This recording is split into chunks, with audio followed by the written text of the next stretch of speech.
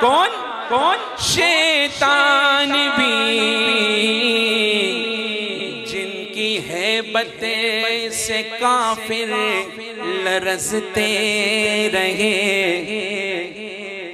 उस नाम में इतना दम था कि आज भी काफिर डरता है और कहते हैं कहीं अफगानिस्तान में जिंदा ना हो।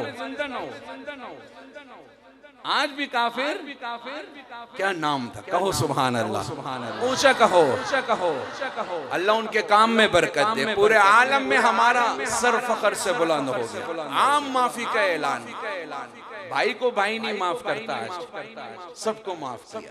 अल्लाह उनकी हुकूमत साजी में उनकी मदद करे। हमारे असातिज़ा कहते हैं अब उनके लिए दुआ करो। इस्लाम का झंडा ऐसे बुलंद हो गया। मैं उनकी भी शान सुनाऊंगा आज, भले से डर डर के सुनना। अब क्या डरना, डरो तो घरवाली से डरो। ये मौजू खतरनाक है, यहीं पे रोक ले, आगे नहीं जाते। शेर फिर पढ़ो, समझोगे? आखिर तक सुनोगे, फिर साथ भी दोगे। ऊंचा बोलो। जिनकी चौखट के मंगते हैं सुल्तान भी, उनके साए से डरता था। आप मुकम्मल करो। उनके साए से डरता था शैतान भी, जिनकी हैबत से काफिर लरजते रहे।